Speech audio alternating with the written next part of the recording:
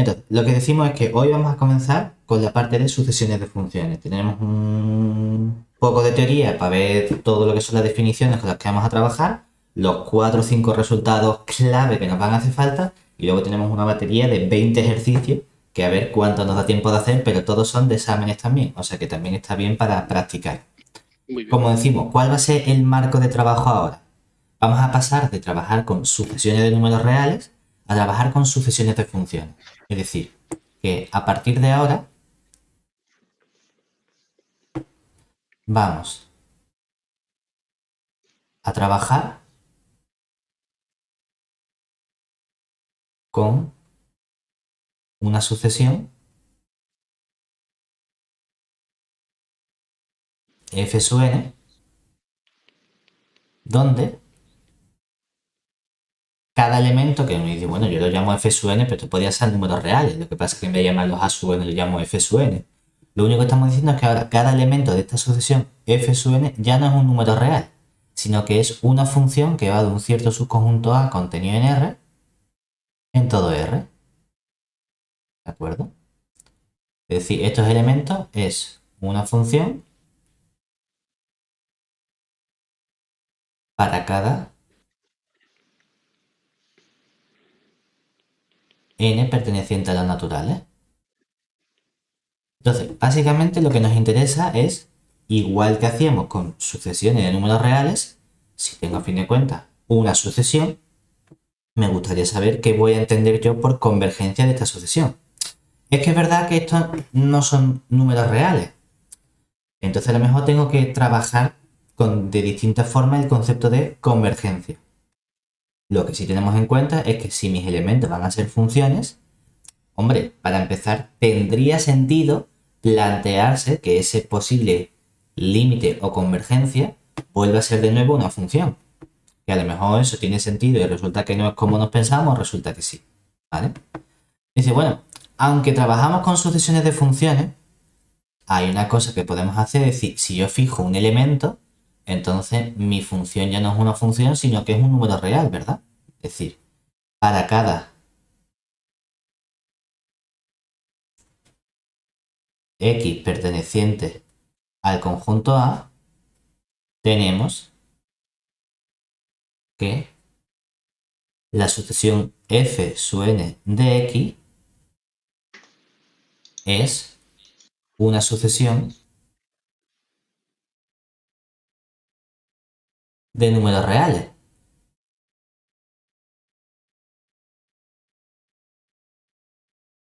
¿Y eso qué significa? Claro, si ya tengo una sucesión de números reales, entonces con eso sabemos trabajar. Aquí podemos entender ese comportamiento de qué significa que una sucesión de números reales converja. Y esto nos lleva precisamente a un primer concepto de convergencia para sucesiones de funciones. Es decir, bueno, primero coge un punto y estudia para esa sucesión de números reales su posible límite. Es decir, obtenemos así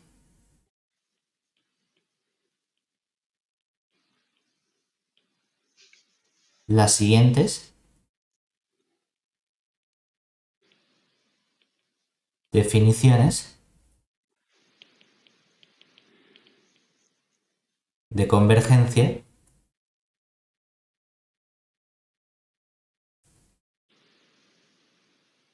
para una sucesión de funciones.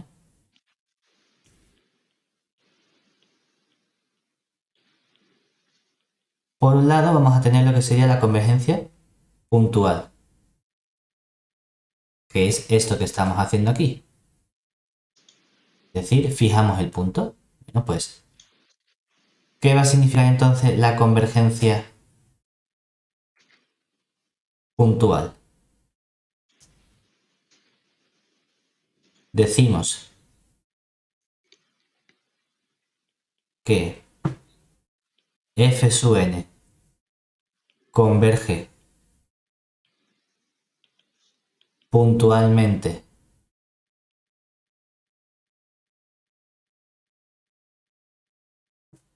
a una cierta función f que va también del conjunto A contenido en R y lo denotamos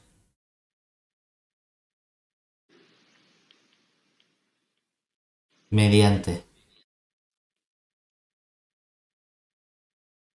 Hay varias formas de ponerlo. Hay veces que escribimos simplemente que f sub n converge con la flechita a f puntualmente.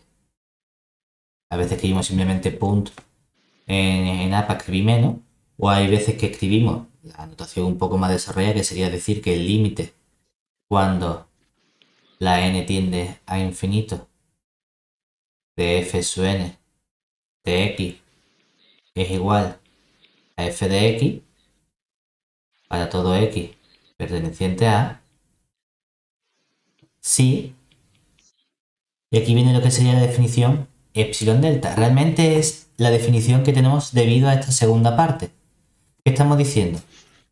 Primero fijo el punto, ¿verdad? Es decir, para todo x perteneciente al conjunto A y para todo epsilon mayor que 0, existe un cierto punto n sub 0 perteneciente a los naturales, tal que para todo número natural n mayor o igual que este n sub 0, se tiene que el valor absoluto de f sub n de x menos f de x es menor que epsilon. ¿De acuerdo? Es decir, la única diferencia es que primero aquí fijamos el punto y entonces lo que tenemos aquí realmente, ¿qué es? Es la convergencia de la sucesión de números reales f sub n de x al número real f de x. Lo que pasa es que tengo que hacer este proceso para cada punto x del conjunto A. ¿De acuerdo? Vale. Primero que hemos hecho ha sido fijar todos esos puntos. Pero podríamos preguntarnos, como estamos trabajando con funciones, hay muchos más grados de libertad. Aumentan increíblemente el modo que tengo yo de acercarme a esa función. Un modo que hemos tenido de acercarnos es fijando el punto y viendo qué pasa. Pero ¿y si ese acercamiento fuese independiente del punto escogido? Bueno, pues eso nos lleva precisamente a otro concepto que sería la convergencia uniforme. Es decir, si el modo de acercarnos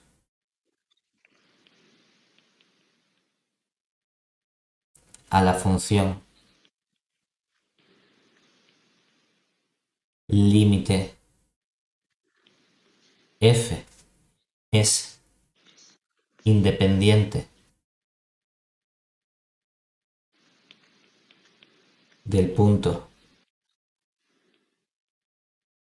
escogido, obtenemos un nuevo modo de convergencia,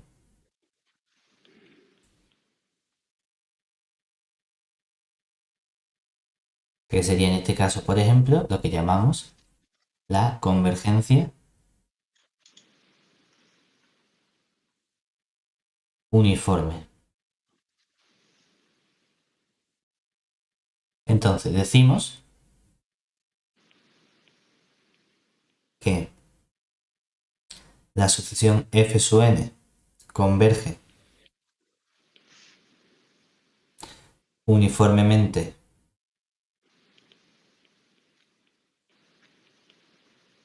a la función f que va de este conjunto A contenido en R en el conjunto A, porque es importante el conjunto en el que estamos trabajando. Si cambia el conjunto, cambia la función también, entonces puede ser que no se tenga el mismo concepto. Sí, bueno, y lo denotamos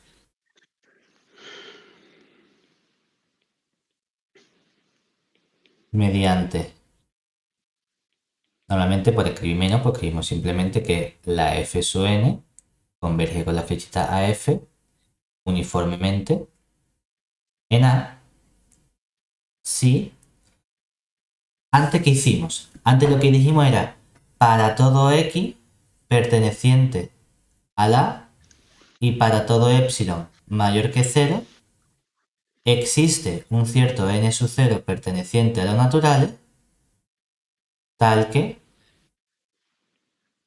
para todo n mayor o igual que el n sub 0, se tiene que el valor absoluto de f sub n de x menos f de x es menor que epsilon, ¿verdad?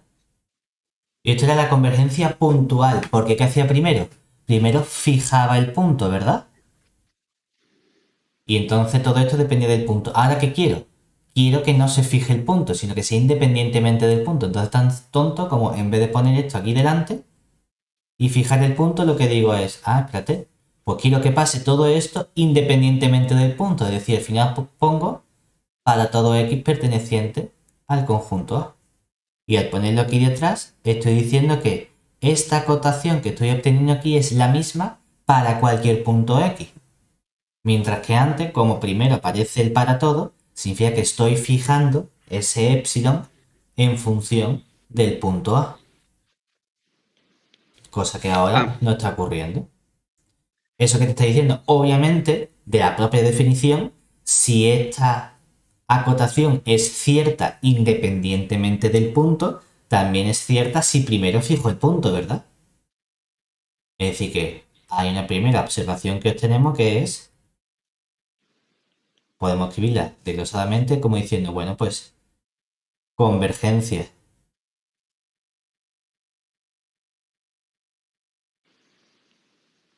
uniforme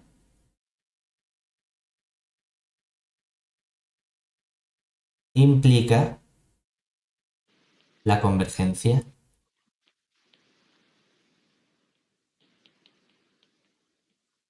puntual. Es decir, si tengo una sucesión de funciones que converge uniformemente a una cierta función f, entonces también converge puntualmente a esa función f. Ahora, el recíproco no es cierto. Es decir, podemos encontrar ejemplos de sucesiones de funciones que tienen límite puntual, pero no límite uniforme. Lo cual nos está diciendo que la convergencia uniforme es un concepto más fuerte de convergencia que la convergencia puntual. Obviamente, siempre que trabaje yo con un nuevo elemento, en este caso sucesiones de funciones, a mí me gustaría tratar de obtener siempre el modo más fuerte de convergencia con el que pueda trabajar. Aquí es que únicamente vamos a trabajar con dos modos de convergencia, pero en realidad modos de convergencia hay muchísimos. Por ejemplo, uno podría decir, esto es simplemente una nota, ¿no? No, ahora mismo no lo vas a ver porque no has visto teoría de la medida, pero existen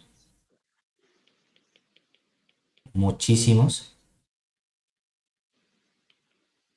más tipos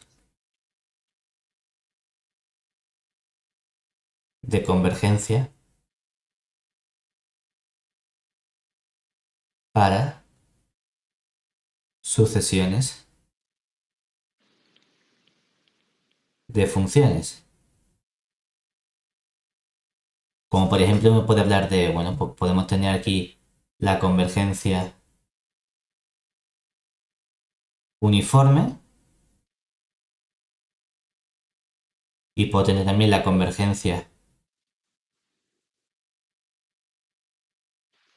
puntual y puedo tener también otra que se llama convergencia uniforme en casi todo, que eso ya es con teoría de la medida. Puedo tener algo que se llama convergencia puntual en casi todo. Puedo tener una que se llama convergencia en medida. Puedo tener otra que se llama convergencia casi uniforme.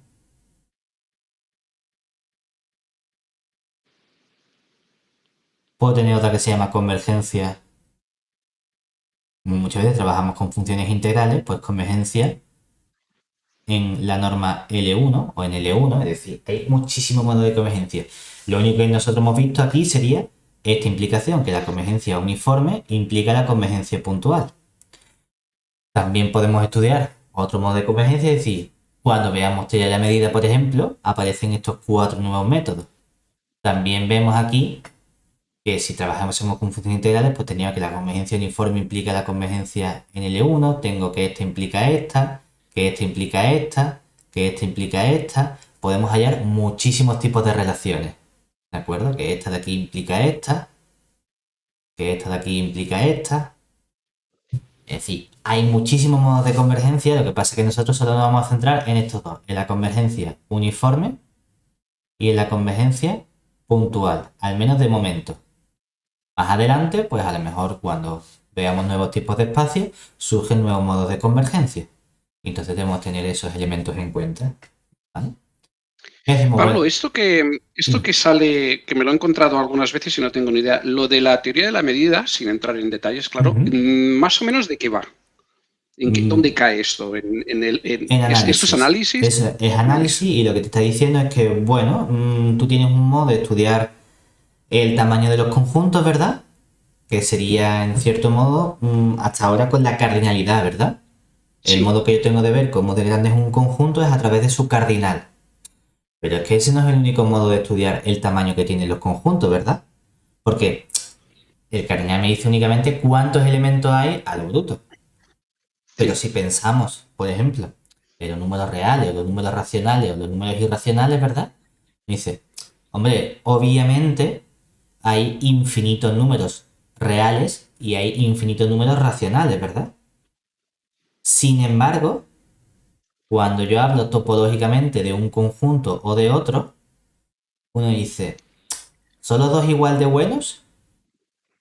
Porque, claro, ¿qué pasa con los racionales? Que nosotros hemos visto una cosa que ya la densidad, ¿verdad? Y la densidad que te decía, que pegado todo lo que quieras a dos números racionales siempre puedes encontrar un número real, ¿verdad? Ujú. Entonces resulta que aquí hay muchos métodos de comparar cosas. Porque si te vas también a los naturales, tú dices, es que de los naturales hay infinitos números. De los racionales, de las fracciones, hay infinitos números. Sin embargo, los racionales son densos en R, es decir, entre dos números reales cualesquiera siempre puedo encontrar todo lo cerca que yo quiera un número real, ¿verdad? Pero eso no ocurre con los naturales. Los naturales no son densos en los reales. Porque si yo te doy un número real, no puedo encontrar todo lo cerca que yo quiera un número natural, ¿verdad? Entonces ahí hay un problema. Sí. Es decir, hay un problema en el sentido de decir, de los dos hay infinitos, ¿verdad? Pero parece que tienen comportamientos distintos. Entonces a lo mejor tengo que afinar, o quiero intentar afinar un poco más que con el concepto de, cardinal y ya está. Y entonces surge el nuevo modo de estudiar el tamaño de conjuntos. Uno de esos modos es en cuanto al estudio topológico, que se hace precisamente con la densidad.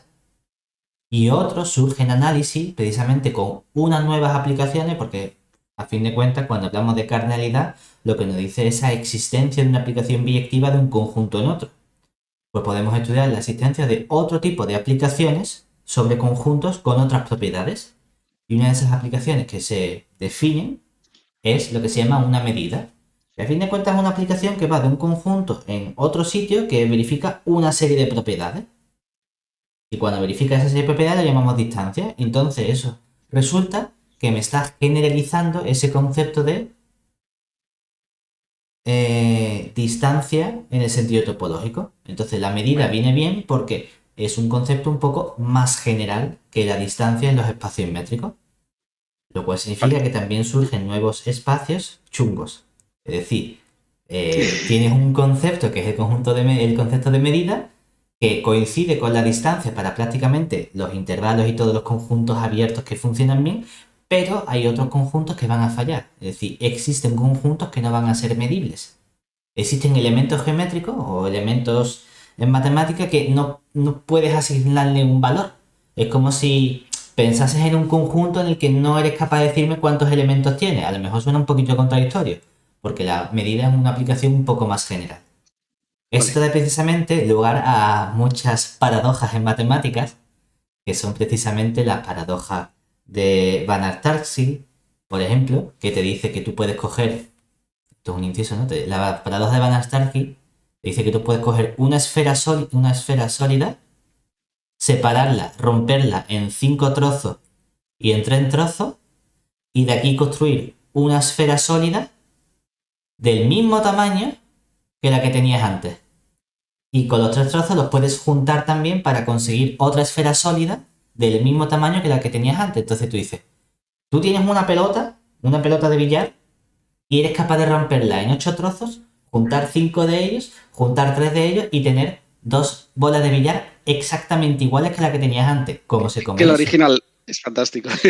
Bueno, Claro, el problema es que matemáticamente es completamente cierto, pero se usa que uno de estos conjuntos en los que se rompe la esfera son conjuntos no medibles. Entonces, obviamente, como nosotros vivimos en un mundo que es R3, R3 es un conjunto medible.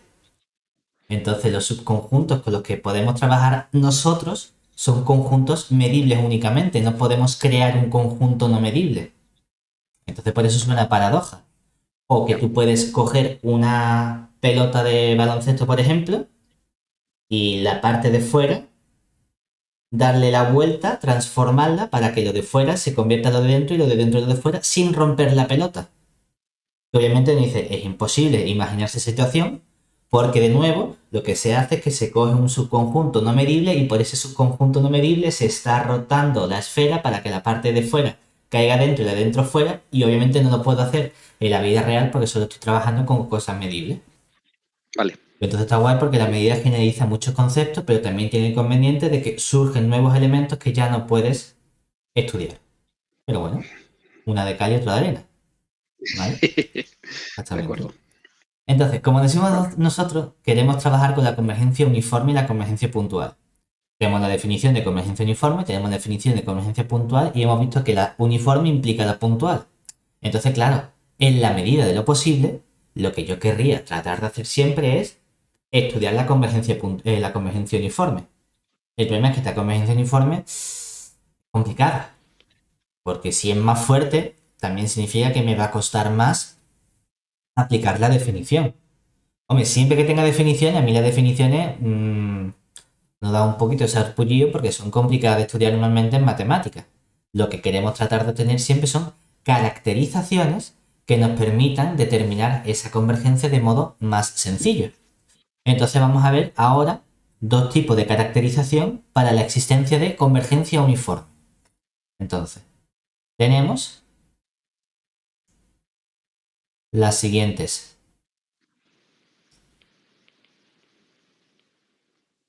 caracterizaciones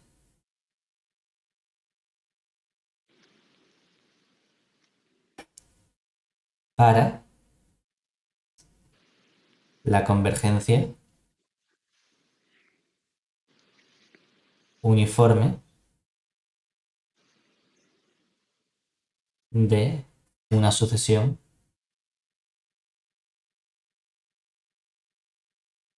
de funciones f sub n a una función f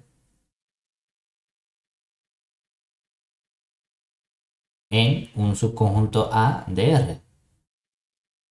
Por un lado, tenemos lo que sería el criterio del supremo.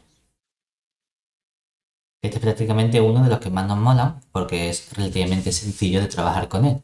Lo que nos dice es que la sucesión de funciones f sub n converge a f uniformemente en A si y solo si lo pensamos en la definición, ¿verdad? Aquí que estamos viendo. Estamos viendo esta distancia, ¿cierto? Y quiero que esta distancia, ¿qué le pasa? Que esté acotada independientemente del punto A que yo escoja, ¿verdad? Pero para cada X que yo fije, aquí tengo un montón de elementos, ¿verdad? Es decir, para cada X que estoy haciendo, tengo una f sub n de X menos f de X. Y luego tengo otro f sub n de X menos f de X. Estos son un montón de números, ¿verdad? Y quiero que todos ellos sean más chicos que epsilon. Entonces podríamos pensar y decir, bueno, si tengo muchos números, en lugar de estudiar si todos son más chicos, puedo irme al más grande de ellos. Es decir, pues si el más grande es más chico que esa cantidad, ¿verdad? Entonces todos van a ser más chicos también. Vale. Entonces, se llama criterio supremo porque lo que dice precisamente, pues tú coges estas cantidades f sub n de x menos f de x y vas a coger la más grande de todas ellas, es decir, vas a coger el supremo para x perteneciente al conjunto A. ¿Y qué queremos? Si el más grande de todos ellos es más chico que epsilon, ¿verdad? Entonces cuando yo coge el límite de estas cantidades, cuando la n tiende a infinito, quiero que este límite sea 0. Vale. Porque si esas cantidades tienden a 0, lo que significa es que cada vez están todo lo cerca que yo quiera, lo más acotadas posible, ¿verdad?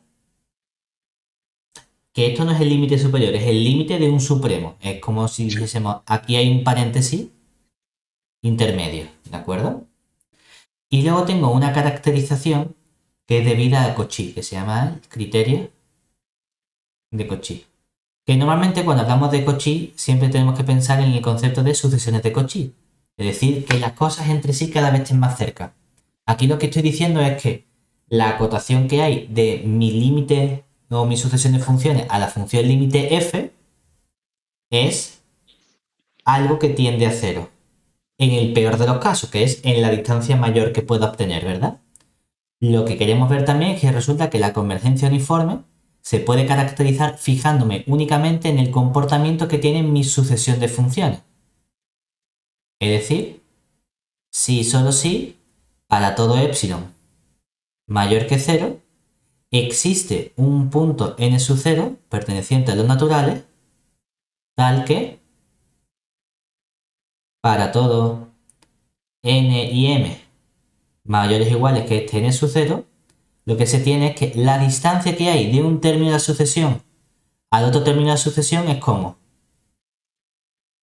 todos los chicos que a mí me haga falta. Ahora bien, como estamos hablando de convergencia uniforme, ¿verdad? ¿Dónde pongo el para todo punto? Al final, para todo punto x perteneciente a el conjunto A. Es decir, que básicamente estoy diciendo que tengo sucesiones de Cauchy independientemente del punto x que yo escoja. Por eso se llama el criterio de Cauchy. ¿De acuerdo? Entonces, estos son los dos criterios que normalmente tratamos de usar nosotros para hablar de la convergencia uniforme. Esto es lo que tratamos de hacer siempre que creemos que la convergencia uniforme suele funcionar. Porque si me da una caracterización necesaria y suficiente de la convergencia uniforme. Claro, pero por otro lado, lo que sabemos también es que normalmente yo no suelo trabajar con funciones arbitrarias, sino que, hombre, en esta asignatura solemos trabajar con funciones que tienen buenas propiedades. Y para nosotros esas buenas propiedades se traducen en tres cosas. Se traducen en continuidad de funciones, integrabilidad Riemann de funciones y derivabilidad de funciones. Entonces, como tenemos tres apellidos que solemos ponerle a las funciones, podemos plantearnos, bueno, ¿y qué pasa si estas funciones no son funciones arbitrarias, sino que son funciones continuas? ¿Qué relación tiene la convergencia uniforme con la continuidad? ¿O con la integrabilidad Riemann? ¿O con la derivabilidad? Pues vamos a ver 4 resultados que nos permiten relacionar perfectamente en un sentido y a veces en el contrario la convergencia uniforme con los distintos apellidos que podemos ponerle a la función. ¿De acuerdo? Entonces, veamos a continuación la relación que podemos realización, pero no sé ni lo que escribo yo. La relación que podemos encontrar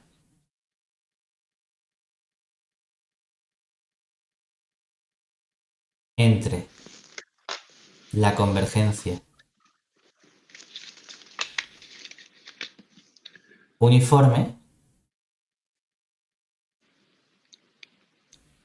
y los conceptos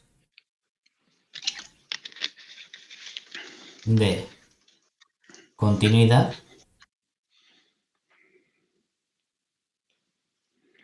integrabilidad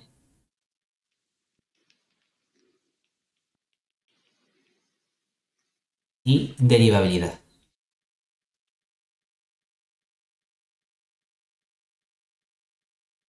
Entonces, por un lado vamos a comenzar con la continuidad.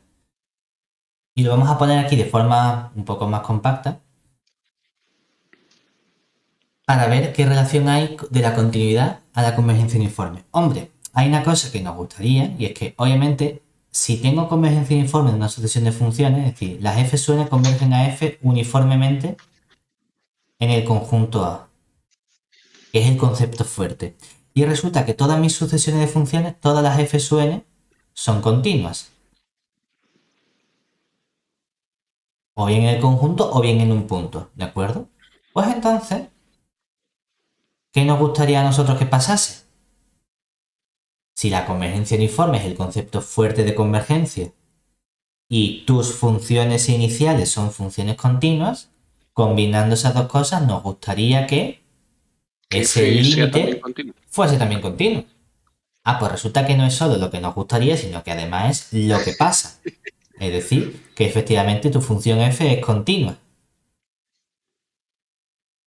Pero aquí no puede decir, claro, fácil porque estás estudiando la cosa complicada que es la convergencia uniforme. Y al revés. Porque tú me estás diciendo que hemos generado un nuevo concepto que es el concepto de sucesión de funciones y tengo ahora dos formas de estudiar la convergencia, cosa que no ocurría con los números reales. Era convergencia a pelo, nada de convergencia puntual o convergencia uniforme. Yo te doy una sucesión de números o converge o no converge.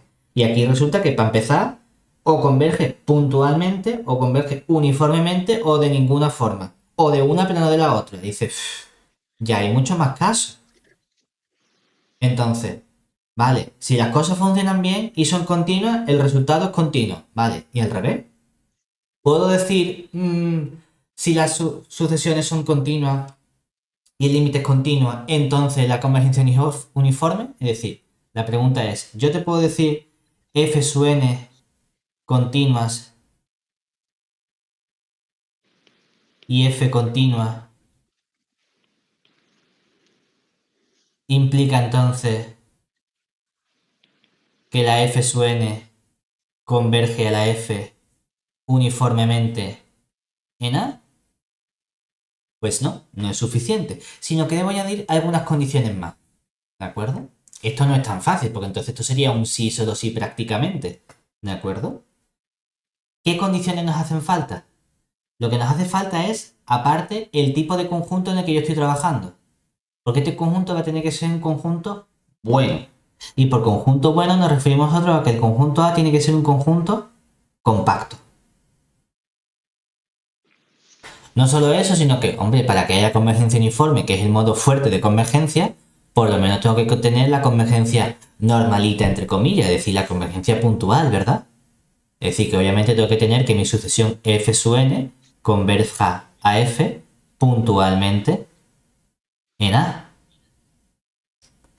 Y aparte, le voy a tener que exigir un buen comportamiento a la sucesión de números reales cuando yo fijo el punto correspondiente. Es decir que la sucesión donde yo fijo las f sub n de x, que esto es una sucesión de números reales, esta sucesión tiene que ser monótona, la tilde va al revés, monótona para todo x que yo coja del conjunto A. Con monótona nos referimos a monótona o creciente o decreciente, pero siempre el mismo comportamiento fijado el punto. Oye, que puede ser que para el 2 sea creciente, para el 3 sea decreciente, eso me da igual, ¿de acuerdo? Pero que no puede ser que fijado un punto la sucesión crezca y decrezca. Eso no nos vale. Cuando añadimos estas tres condiciones adicionales, entonces sí tengo esta implicación. Y esto se llama el teorema de Dini. ¿De acuerdo? Y es uno de los pocos resultados que nos permiten, bajo las hipótesis de continuidad y algunas hipótesis adicionales, concluir la convergencia uniforme de mi sucesión de funciones. ¿De acuerdo? Lo que pasa es que, claro, que hay tres condiciones adicionales que debo exigirle a mi sucesión de funciones y al conjunto en el que estoy trabajando A. ¿Vale? Lo que nos gustaría ver ahora es cuál es la relación que hay entre la integrabilidad y la derivabilidad. Entonces, para la integrabilidad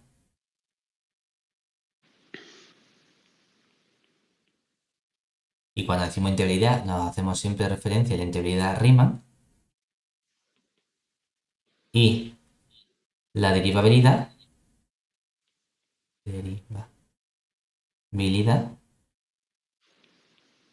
tenemos los siguientes resultados.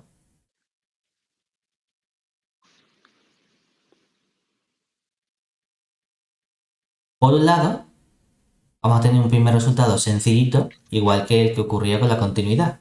Es decir, pues si yo tengo entonces que la f sub n converge a la f uniformemente en el conjunto A y resulta que las f sub n son integrales de Riemann, es decir, pertenecen al conjunto de funciones integrales de Riemann, pero para integral de Riemann estamos trabajando en un conjunto AB, ¿verdad?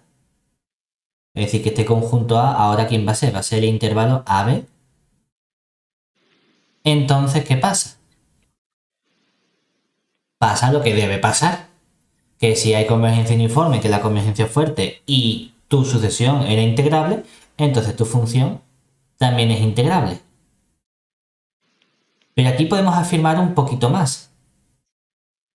Y es que aparte, lo que nos está diciendo es que hay una relación precisamente entre la integral de Riemann y la convergencia. Es decir, que si yo calculo la integral entre a y b de mis f sub n de x diferencial de x y la integral entre a y b de la f de x, para que estas dos cosas sean iguales, aquí que he hecho aquí realmente, esta función f de x no es otra cosa que el límite cuando la n tiende a infinito de la f sub n de x, ¿verdad? Pues si he tomado límite, aquí también tengo que tomar límite. Es decir, lo que te está diciendo este resultado es que puedes intercambiar límite con integral. Te da igual hacer el límite de la integral que la integral del límite. Pero para eso es necesario que tengas convergencia uniforme. ¿De acuerdo? Oye, que a lo mejor si no tienes convergencia uniforme da la casualidad de que esto se sigue verificando, pero no lo puedes asegurar. ¿Vale? Y por último nos gustaría ver qué pasa con la derivabilidad. Uno puede decir, hombre, hasta ahora que hemos hecho siempre, hemos cogido las f sub n, ¿verdad? Hemos hecho que converjan a f uniformemente en el conjunto A. Hemos añadido que las f sub n sean continuas, derivables o lo que sea. En este caso, este intervalo, este conjunto A va a ser de nuevo el intervalo AB. Que sean derivables, lo exigimos en el abierto AB correspondiente, ¿verdad?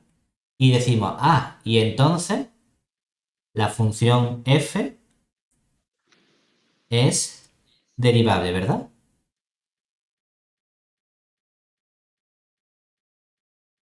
Pues resulta que ahora es distinto, porque con la derivabilidad la cosa es un poquito más peliaguda.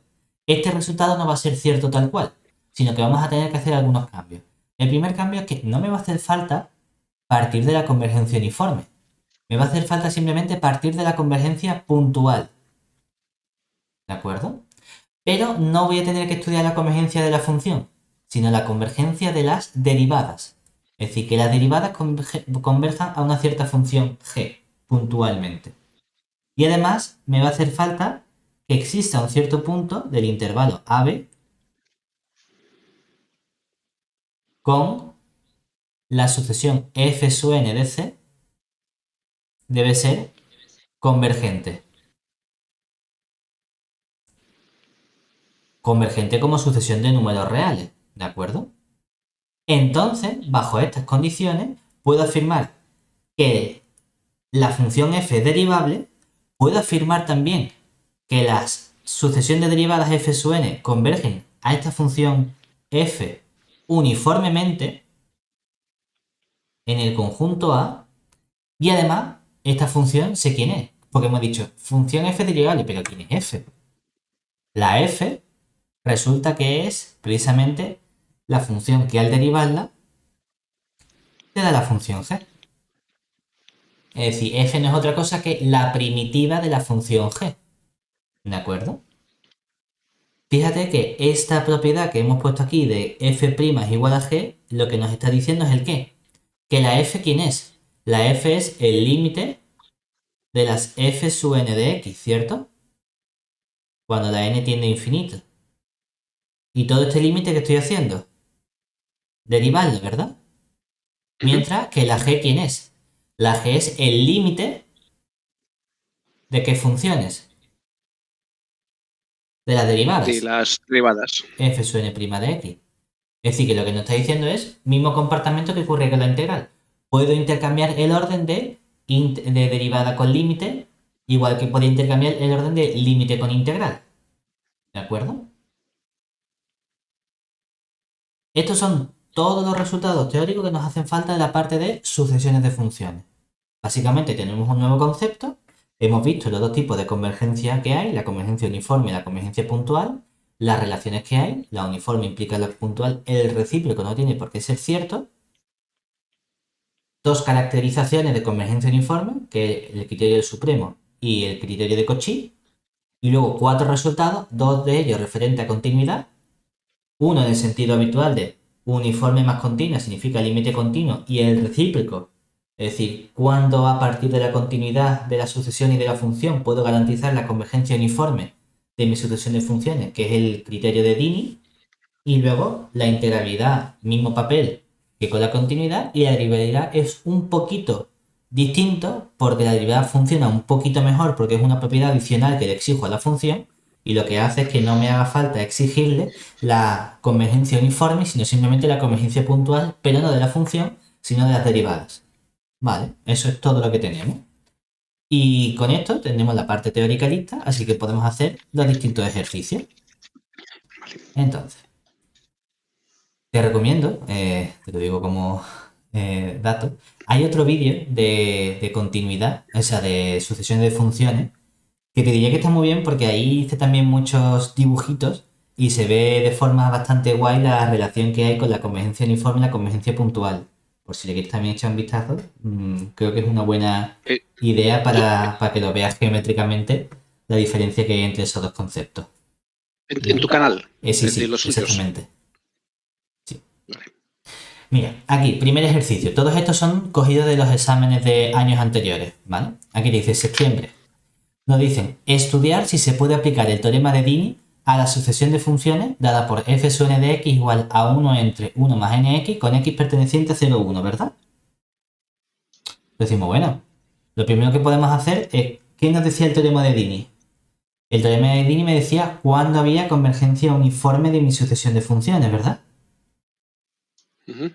Entonces, primero decimos, antes de aplicar el teorema de Dini, vamos a ver qué comportamiento tiene esta sucesión de funciones. ¿Qué ocurre? Bueno, pues que fijado.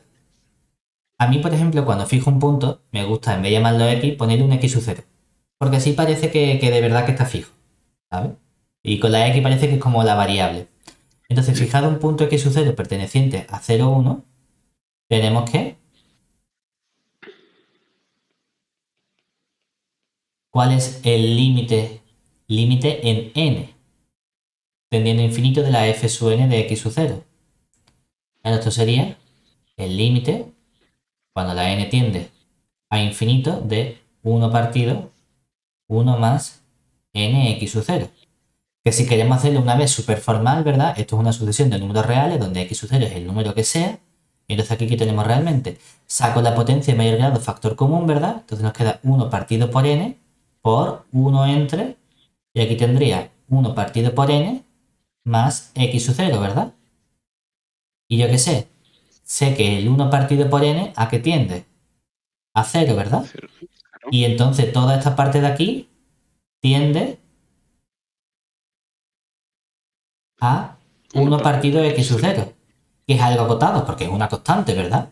Pero como esta sucesión tiende a 0, algo que tiende a 0 por una constante o por acotada que nos sale 0, ¿verdad? Eso es fijado el punto x sub 0. Es decir, Lo que tenemos es que la f sub n converge a la función f puntualmente en 0, 1, siendo la función f de x equivalentemente 0 para todo punto x que yo coja del intervalo abierto 0, 1, ¿verdad? Vale, y con respecto a la sucesión f sub n, ¿qué puedo decir sobre la convergencia uniforme? Me dice, bueno, podría tratar de estudiar cuál es ese criterio del supremo, ¿verdad? Porque el criterio del supremo me dice a mí qué pasa con la convergencia uniforme de mi sucesión de funciones. Eso es como, después de definición es el primer criterio que hemos visto, decir, vamos a ver si podemos aplicar ese criterio, ¿verdad? Entonces decimos, bueno, para estudiar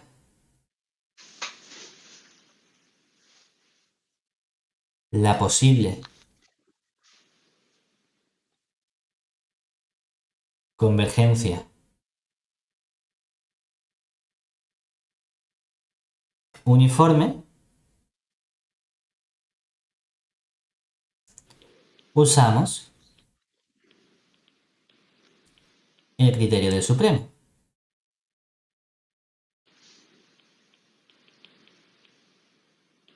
Y decimos, muy bien, ¿qué tenemos con el criterio del supremo? Tendría que estudiar cuánto valdría el límite cuando la n tiende a infinito del supremo para x perteneciente al intervalo 0, 1 de la f sub n de x menos la f de x. La f de x resulta que siempre vale 0, ¿verdad? O sea que esto no es otra cosa que el límite cuando la n tiende a infinito del supremo para un x perteneciente al intervalo 0 abierto, 1 abierto, ¿de quién? Del valor absoluto de esta función, que como la n es positiva y la x siempre es positiva, aquí simplemente 1 partido el 1 más nx y puedo eliminar el valor absoluto, ¿verdad? Pero, ¿qué le pasa a este supremo? Si nos fijamos, la función 1 entre 1 más, más nx, que depende de x, ¿verdad? Es una función creciente o decreciente.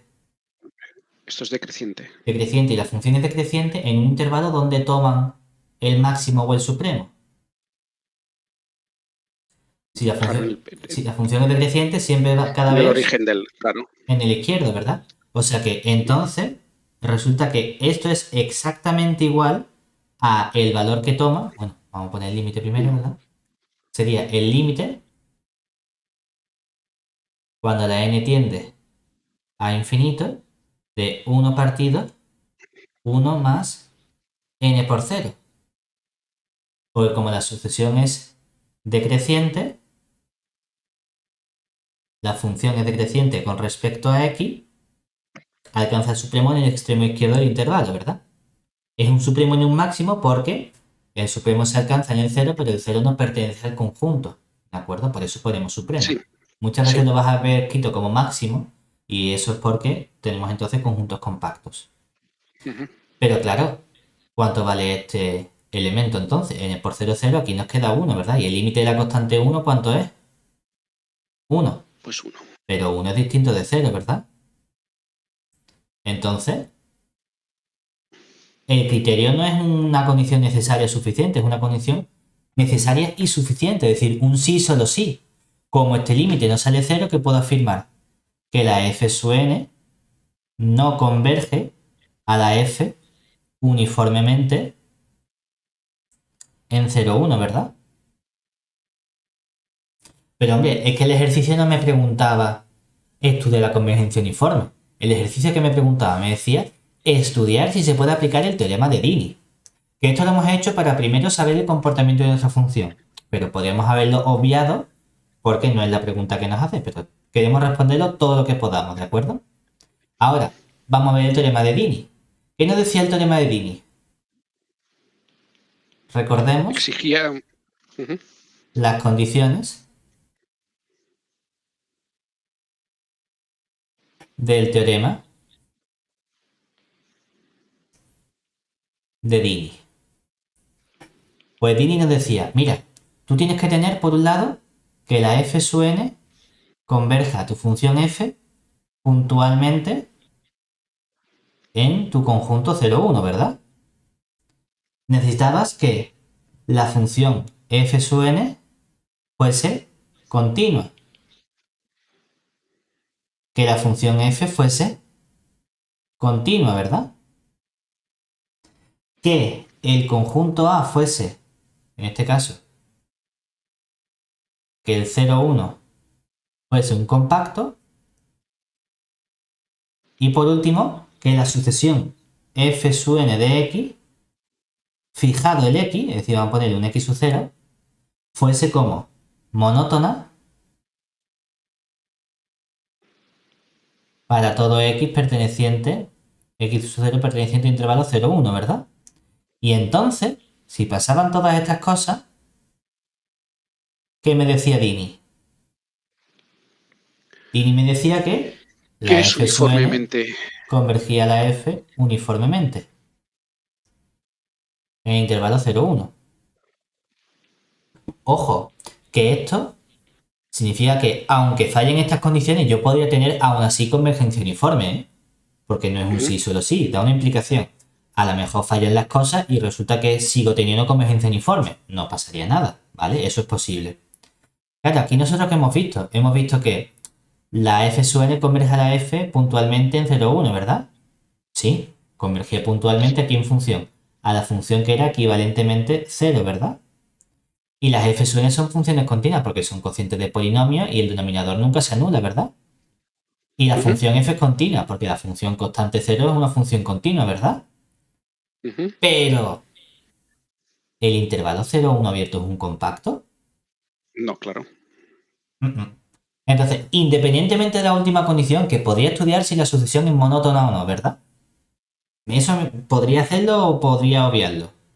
Pero, como este conjunto no es un conjunto compacto, ¿verdad? Me da igual lo que pasen con el resto de propiedades, ¿verdad? Yo ya no puedo usar el teorema de Dini, porque una de las hipótesis del teorema de Dini está fallando. Entonces, la respuesta es no podemos aplicar Dini porque el intervalo 0, 1 abierto no es un compacto.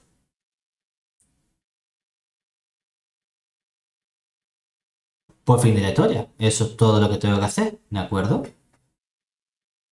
O sea que fácil ahí, ¿de acuerdo? Hombre, que nosotros hemos hecho más, ¿sabes? Hemos hecho más porque aparte hemos estudiado la convergencia uniforme también con la caracterización. No hacía falta. Únicamente lo que nos hacía falta era esto. ¿Puedo aplicar el teorema de Dini? No, porque una de las condiciones falla. Perfecto. Vale. Siguiente ejercicio. Este de septiembre de 2010. Me dan también una sucesión de funciones y me preguntan si hay convergencia uniforme a esta función, si hay convergencia puntual a esta función o si hay divergencia, ¿verdad? Entonces, siempre lo que vamos a intentar hacer va a ser estudiar primero la convergencia puntual. Y para ello, ¿qué tengo que hacer? Fijar un punto. Hay veces en los que voy a tener que distinguir casos. Por ejemplo, aquí, ¿verdad? ¿Por qué? Vamos a estudiar la convergencia puntual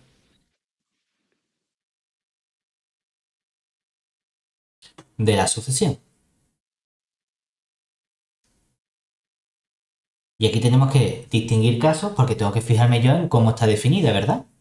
Decimos, bueno, es que, ¿qué pasa si el punto que yo cojo, el punto x sub 0, es precisamente el punto 0?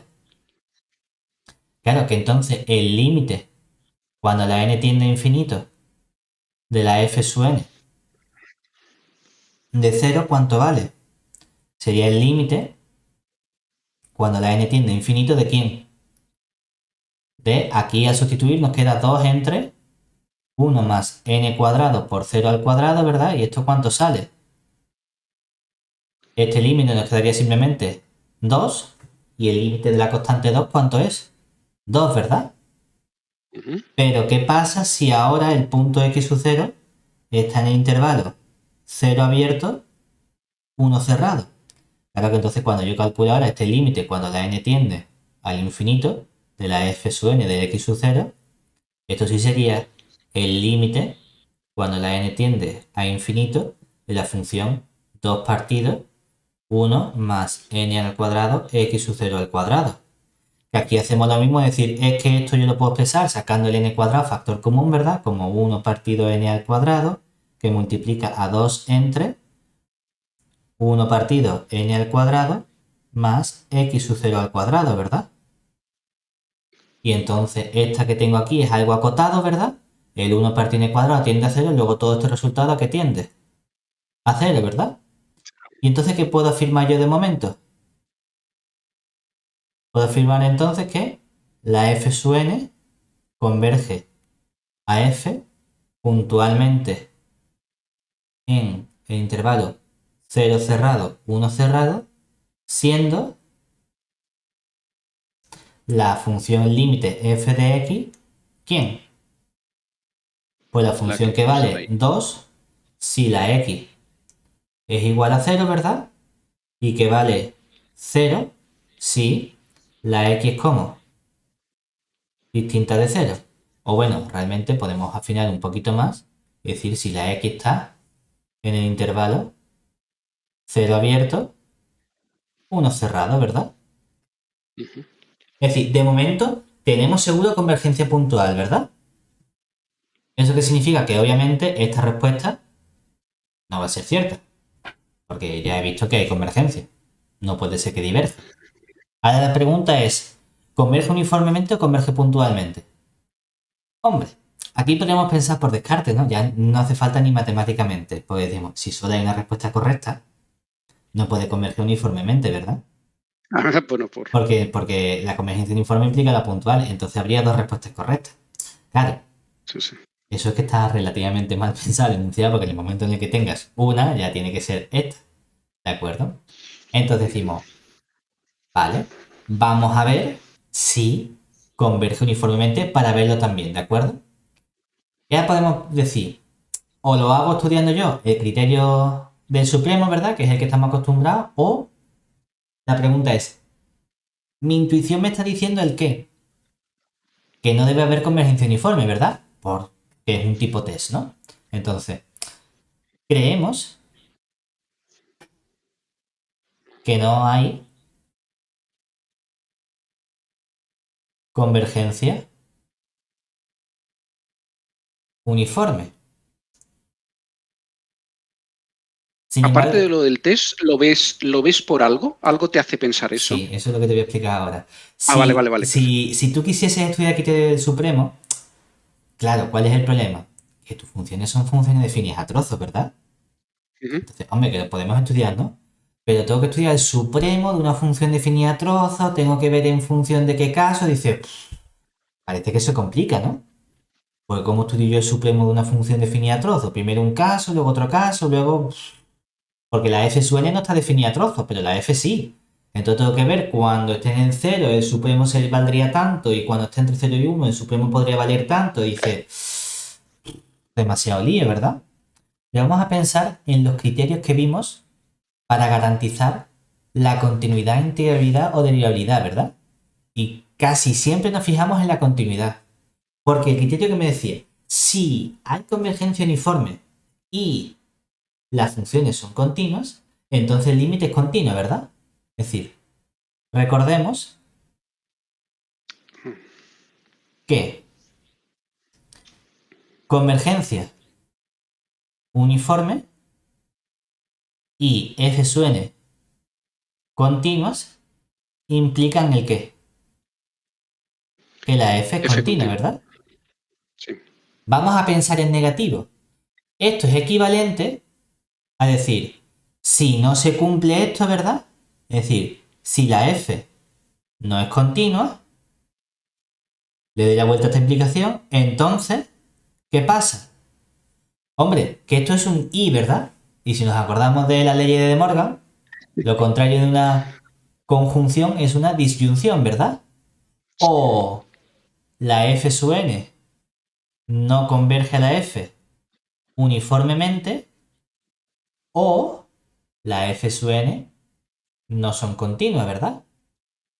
Ojo, que aquí también pueden darse que no se cumplan ninguna de las dos cosas, ¿vale? Ninguna de las dos, ya.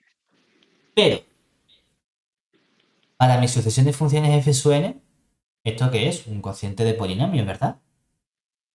Donde el denominador no se anula, ¿cierto? Correcto. Entonces, ¿qué pasa? Que estas f sub n son como todas. Son funciones continuas, ¿verdad? Continuas. Es decir, que esta parte, en nuestro caso, es cierta, ¿verdad? Es decir, en nuestro caso,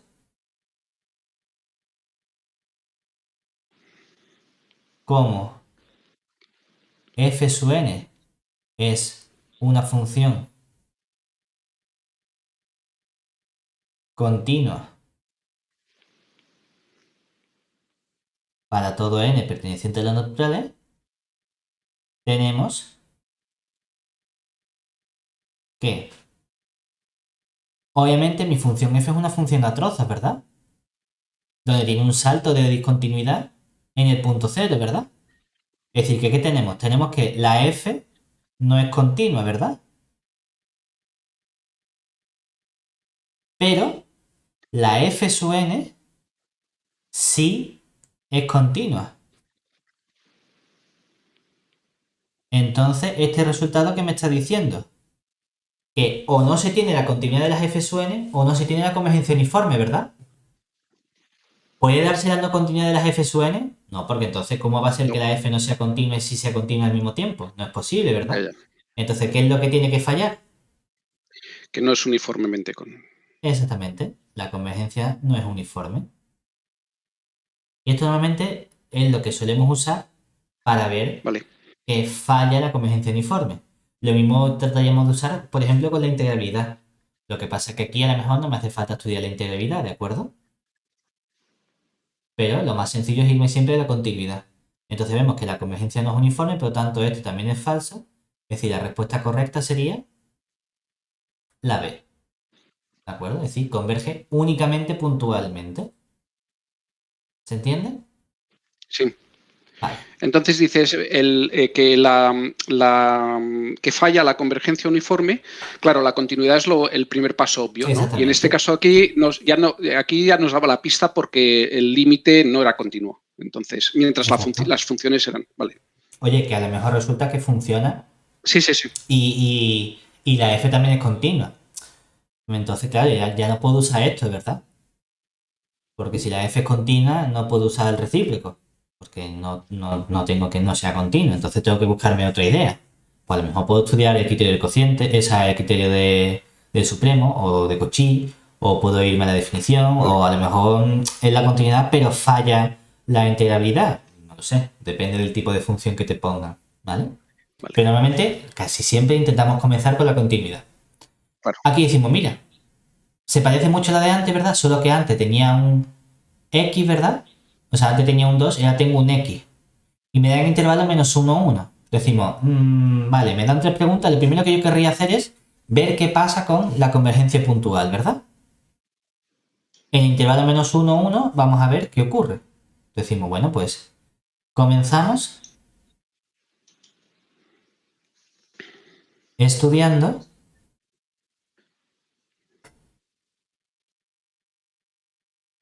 la convergencia puntual.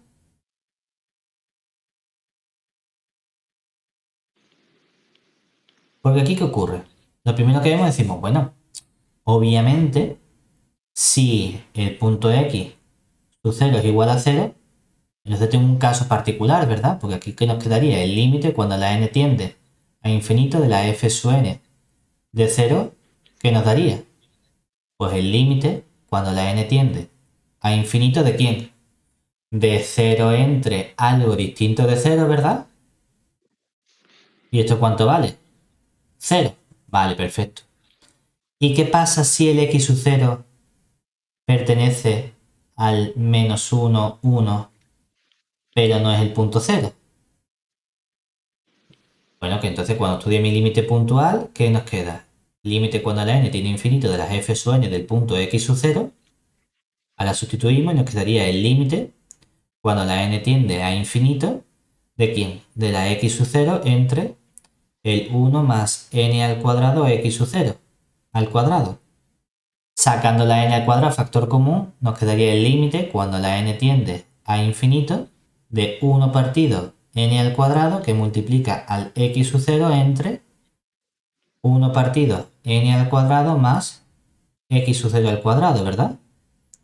Entonces, esta parte que tengo aquí, todo este término, es algo que está acotado, ¿verdad? Realmente tiende a la 1 partido por n cuadrado tiende a 0, ¿verdad? Entonces tiende a 1 partido x sub 0. Que no da problema porque el x sub 0 como es distinto de 0, ¿verdad? Y el 1 partido n cuadrado que tiende a 0. 0 por constante nos queda 0, ¿verdad? 0. Oye, pues mira, resulta que al final tiende a lo mismo, lo que pasa es que he tenido que estudiar aparte el punto 0 porque el límite era directamente 0 antes de tomarlo, ¿verdad? Luego, aquí ¿qué podemos afirmar? Que mi sucesión f sub n converge a f puntualmente en el intervalo menos 1, 1, siendo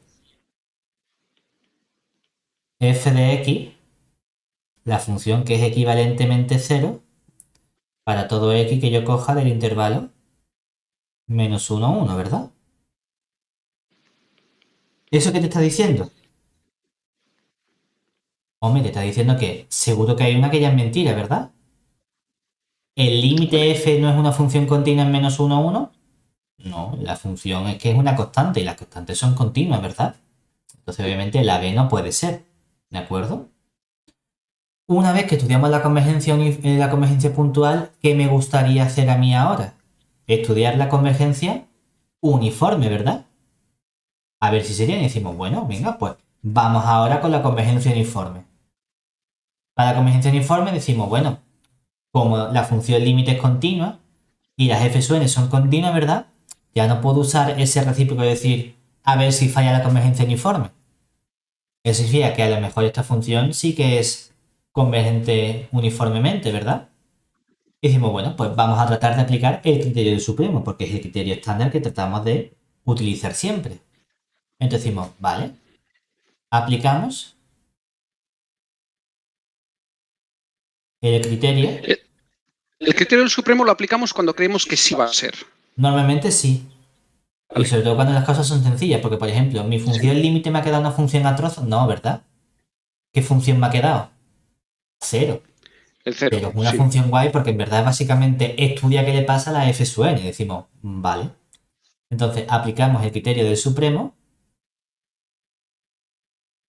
para estudiar la convergencia uniforme. Decimos, bueno, pues tenemos aquí el límite cuando la n tiende a infinito del supremo. Ahora cojo mi x perteneciente al intervalo menos 1, 1, guay porque esto es un compacto, de la f sub n de x menos la f de x. A ver, la f de x resulta que es 0, o sea que esto nos queda simplemente el límite cuando la n tiende a infinito del supremo para x perteneciente a 0, 0, 1 no, al menos 1, 1. ¿Y aquí qué nos quedaría? Lo de abajo siempre es positivo, entonces nos queda el valor absoluto de la x dividido entre 1 más n al cuadrado x al cuadrado. ¿De acuerdo? Entonces decimos, muy bien, ¿qué podemos hacer? ¿Cómo nos quedaría esto? Bueno, claro, esta función a lo mejor ya no es tan sencilla, ¿verdad? Entonces, ¿cómo podemos estudiarla? Porque claro, aquí hay un problema. Es que esto, ¿qué hago? Acoto. Primero me gustaría calcular el supremo, ¿verdad? Sí. El supremo, en realidad, como este conjunto, ¿qué tipo de conjunto es? Es un conjunto compacto, ¿verdad? Sí. Supremo lo puedo cambiar por máximo, ¿verdad? Máximo. Entonces, básicamente tú tienes aquí una función, que es una función a trozos por este valor absoluto. Vale, pero es una función. Y quiero calcular los máximos de esta función, ¿verdad? Vale. Entonces podemos decir, oye, ¿cómo calculo yo normalmente máximos de una función? Cojo la derivada, la calculo, la igual a 0, ¿verdad? Ese es el modo sencillo que yo tengo de calcular los máximos, ¿cierto? Sí. Entonces decimos, vale, vamos a cogernos esta función que tenemos aquí, ¿verdad? Oye, que esta función en verdad es una función a trozos, ¿no? Pero si llamo a esto g de x, por ejemplo, vamos a ver los extremos de g de x. Entonces, estudiamos los extremos de g de x. Hombre, que sabemos que g de x es la función al final dada por quién? Por x partido 1 más n cuadrado x cuadrado si la x como mayor que 0, pero está en el intervalo 1 cerrado, ¿verdad? Hombre, vale 0 si la x igual a 0. Y vale menos x entre 1 más n cuadrado x cuadrado si la x está en el intervalo menos 1, 0 abierto, ¿verdad? Entonces aquí ya podemos decir, bueno, ¿y cuánto vale la g' de x? Como función que depende de x, ¿eh? ¿Qué nos quedaría? Hombre, obviamente en esta parte hacemos el cálculo, ¿verdad? Porque aquí son cocientes de polinomio. Teníamos que decir, bueno, pues esto sería derivada del de arriba 1, el de abajo se deriva, que sería el 1 más n cuadrado x cuadrado menos la x por la derivada del de abajo, que nos quedaría un 2n cuadrado x, ¿verdad? Y entonces cuando ajuste todo esto, ¿qué nos queda al final? Aquí nos queda n cuadrado x cuadrado menos 2n, pues lo puedo poner simplemente como una vez restando, ¿no? Es decir, como menos n cuadrado x cuadrado. Y todo eso entre el de abajo al cuadrado, es decir, el 1 más n cuadrado x cuadrado, todo eso al cuadrado. ¿Esto sería dónde? Sería si la x pertenece, y ahora cuidadito, porque si queremos ser muy formales, tendría que poner el 0 abierto y tenía que poner también el 1 abierto, ¿vale? Porque en el extremo 1 No es no puedo derivable. utilizar la fórmula, ¿vale?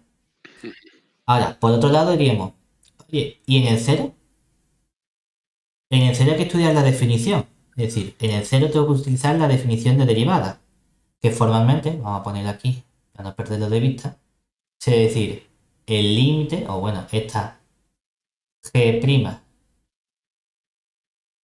de 0 es por definición el límite cuando la x tiende a 0, ¿de quién? De g', perdón, de g de x menos g de 0 dividido entre x menos 0. ¿Y qué nos queda? El límite cuando la x tiende a 0 de, claro, como mi función ahora esto se separaría, ¿verdad? ¿Qué nos queda? Nos quedaría por un lado lo que sería como esta función se separa, es decir, sería el g de x partido por x, ¿verdad? Y ahora resulta que la función g de x, cuando estoy entre 0 y 1, ¿qué nos queda? Se me cancela la x de arriba con la x de abajo y nos queda 1 entre 1 más n cuadrado x cuadrado, ¿verdad? Es decir, que por un lado el límite sale 1, ¿verdad? Pero por otro lado, cuando estoy entre menos 1 y 0, la x me va con la x y me queda menos 1 entre 1 más n cuadrado x cuadrado. Y por otro lado sale menos 1, ¿verdad? Es decir, que en el punto 0, ¿qué le pasa? No es derivable. No es derivable, ¿vale? No pasa nada. O sea que el 0 no lo estudio para derivabilidad. Perfecto. Y por último, cuando derive esta función pero con el menos, me queda lo mismo de arriba pero con el signo cambiado, ¿verdad? Es decir, nos quedaría n al cuadrado x al cuadrado menos 1. Y todo eso dividido entre el 1 más n cuadrado, x cuadrado, todo ello al cuadrado, ¿verdad? Si la x pertenece al intervalo menos 1, 0. ¿Qué tenemos que hacer nosotros entonces? Para sacar los extremos relativos, ¿verdad? Igualamos la derivada a 0. Es decir, imponemos ahora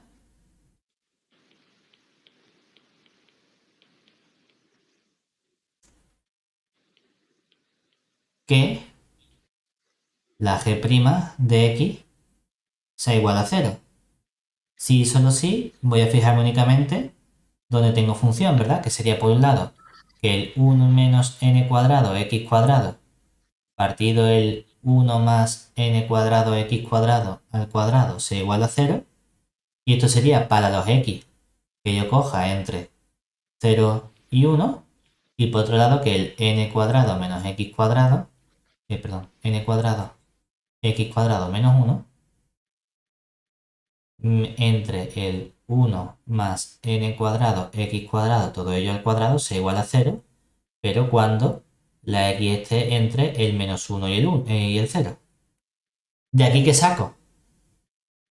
Si te fijas, esto que tengo aquí arriba es una identidad notable, ¿verdad? Esto se reduce simplemente a que 1 menos n cuadrado x cuadrado sea igual a 0. He puesto los paréntesis, pero no hacen falta todavía. ¿Y esto qué es? Esto nos está diciendo que o bien el 1 menos nx es igual a 0, o bien el 1 más nx es igual a 0, ¿verdad? De aquí sacaríamos que la x vale 1 partido por n, y de aquí sacaríamos que la x vale menos 1 partido por n. Pero aquí estoy ¿en qué intervalo? En intervalo 0 abierto, 1 abierto, ¿verdad? Entonces, ¿con qué punto me quedo en este intervalo? Con el positivo. 1 partido por n. Y análogamente, de aquí, ¿qué nos va a quedar? La misma cuenta, ¿verdad? Pero ahora, ¿cuál es el punto que me interesa? El negativo, que sería el x igual a menos 1 partido por n. ¿Vale? Entonces tengo, de momento, dos candidatos a extremos relativos, que son el 1 partido por n, el menos 1 partido por n, esto como punto crítico. Ojo, porque también tengo que estudiar siempre qué pasa con los extremos del intervalo, con el menos 1 y el 1, ¿verdad? Porque los extremos del intervalo... Y el... Bueno, no va a dar máximo, pero y el no derivable también deberíamos incluirlo, ¿no? En teoría. Exactamente. Vale. Porque ahí las funciones se derivan. Entonces decimos, ¿cómo estudiamos esos posibles candidatos? Tengo, además, en este ejemplo tengo los tres tipos de extremos relativos que puedo tener. Los referentes a puntos críticos, el 1 partido por n y el menos 1 partido por n, porque la función es derivable. Los referentes a puntos donde la función no es derivable, que es el 0, y los referentes a los extremos del intervalo, que son el menos 1 y el 1. Anda, pues tengo un ejemplo en el que aparecen los tres tipos de extremos relativos de la derivabilidad de funciones. Perfecto. Lo que me interesa entonces es estudiar, por ejemplo, el signo de la derivada. ¿Por qué el signo de la derivada? Porque bueno, la derivada segunda solo lo tenía que hacer para el menos 1 partido por n y el 1 partido por n. Pero para los otros puntos tenía que estudiar el signo de derivada. Entonces decimos, bueno, pues para eso lo estudio siempre. Tengo aquí el 0, tengo aquí el 1. Vamos a poner, por ejemplo, por aquí el menos 1 partido por n. Vamos a poner por aquí el 1 partido por n. ¿Vale? Tenemos aquí esto. Yo lo pongo así discontinuo únicamente por verlo visualmente, pero no tienes por qué ponerlo.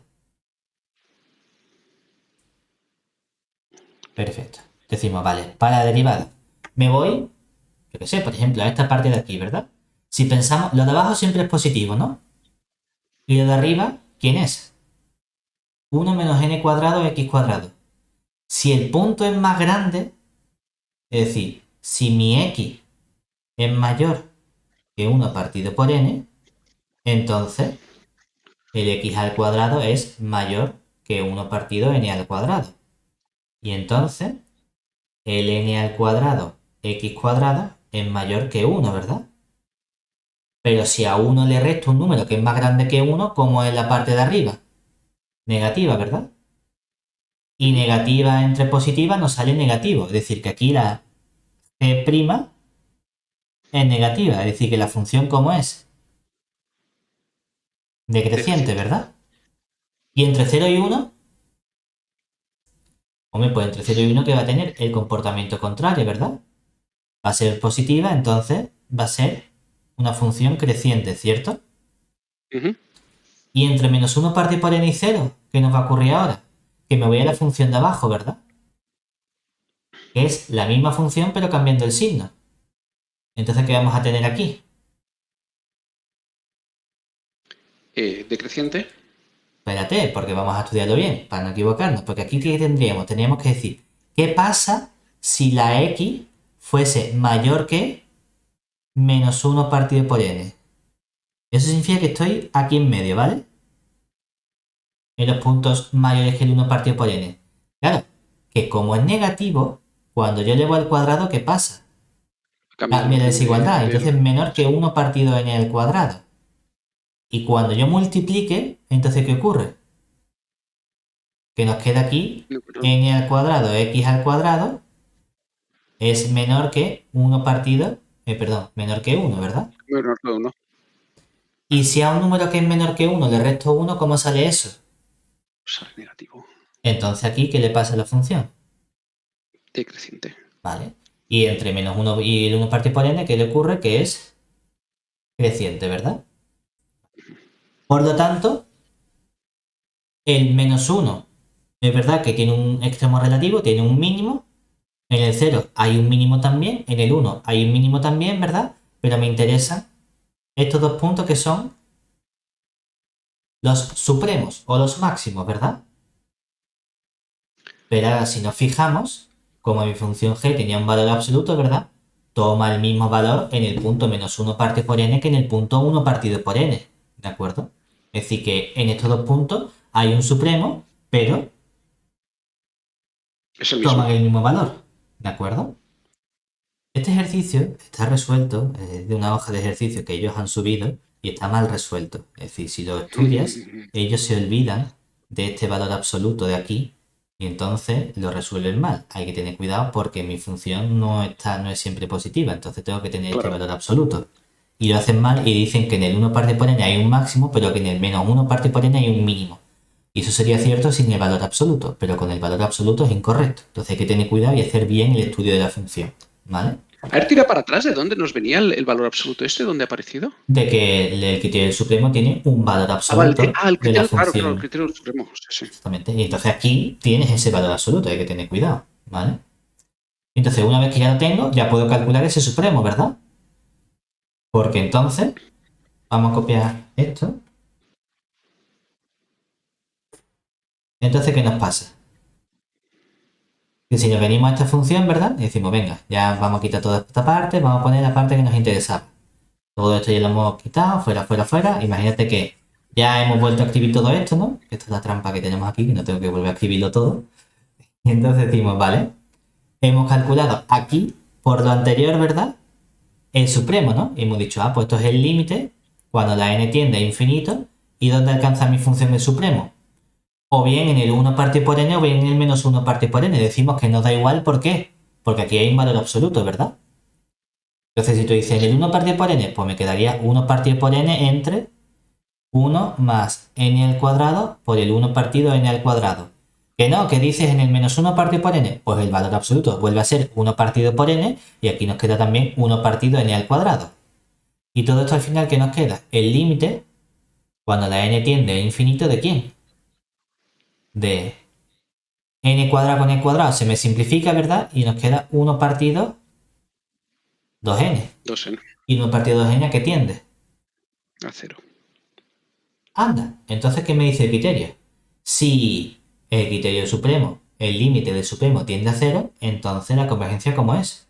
Uniforme. Es decir, luego la f sub n converge a la f uniformemente en el intervalo -1, 1. Es decir, que esta afirmación que tenemos aquí, esta que tenemos aquí, es cierta. Oye, ¿y la última puede ser cierta? Hombre, por descarte no diríamos, no puede ser cierta, ¿verdad? Pero además vamos a pensar, porque mi función límite, ¿quién era? La f de x, que era siempre 0, ¿verdad? Entonces, obviamente, la función constante es derivable, ¿no? ¿Y la derivada cuánto vale? 0. 0. Sin embargo, cuando yo he estudiado estas f sub n', la f sub n', vale, es verdad que la f sub n' no es la g, porque no es una función a trozos. En la f sub n no tengo el valor absoluto, ¿cierto? Entonces, ¿a qué tendrían estos valores absolutos? O sea, esta función. Por otro lado, si estudiamos esta última, ¿verdad? ¿Quién sería la f sub n' en el 0? Por definición, esto es el límite, igual que hemos hecho antes, ¿verdad?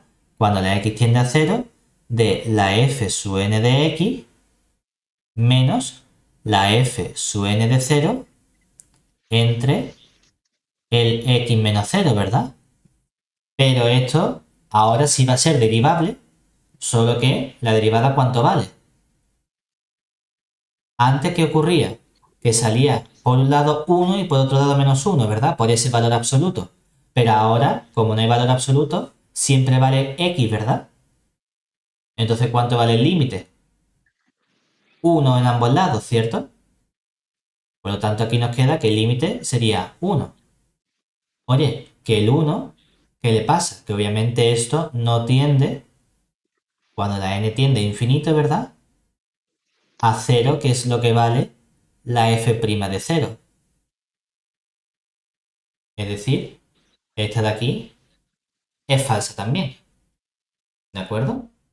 Que ya lo sabíamos porque dice, en el momento en el que nos ha salido una que sí, pues dice, pues la otra tendría que ser que no, pero bueno, lo tenemos ahí también para verlo. ¿Vale? Venga. Siguiente. Este es completito porque está bien para que vea cómo se calcula el criterio supremo. Antes era que es sencillo porque hemos dicho, es que era decreciente, entonces vale tanto. Vale, ¿y si no? Y si no, normalmente el proceso es este. Tú coges tu función y estudias el supremo como hacemos siempre, como si fuese una función que quiero calcular su máximo. Ya está. Pues podemos hacerlo, tenemos que hacer todo ese proceso, pero hacerlo bien. ¿Vale? Aquí me dan otras sucesiones de funciones, ojo, en un intervalo que es infinito, en el 0 más infinito, que no está acotado. ¿Vale? Queremos estudiar la convergencia uniforme en compactos, la convergencia uniforme en todo 0 más infinito o la convergencia uniforme en intervalo 0, 1, ¿verdad? Claro, esta función, para empezar, solo estamos hablando de convergencia uniforme, ¿verdad? Pero yo no sé hablar de convergencia uniforme directamente. Yo primero quiero hablar de convergencia puntual. Entonces, ¿qué hacemos? Independientemente de que nos piden estudiar convergencia uniforme en distintos conjuntos, vamos a estudiar la convergencia puntual. Entonces, primero... ¿Esto siempre lo hacemos así? ¿Siempre miramos la puntual antes de la uniforme? Normalmente sí, porque... Vale. A ver, si te dicen convergencia uniforme a f, ¿quién es f? Claro, el límite. Límite, ¿qué límite? Hombre, yo no voy a ponerme a pensar, vale, voy a probar con esta función, ¿verdad? Sino que esto es un poco el proceso como hacíamos con límites dobles, ¿verdad? Decíamos, calcula el límite doble. Vale, ¿cuánto vale? No sé, pruebo con 5, con 3, con 0.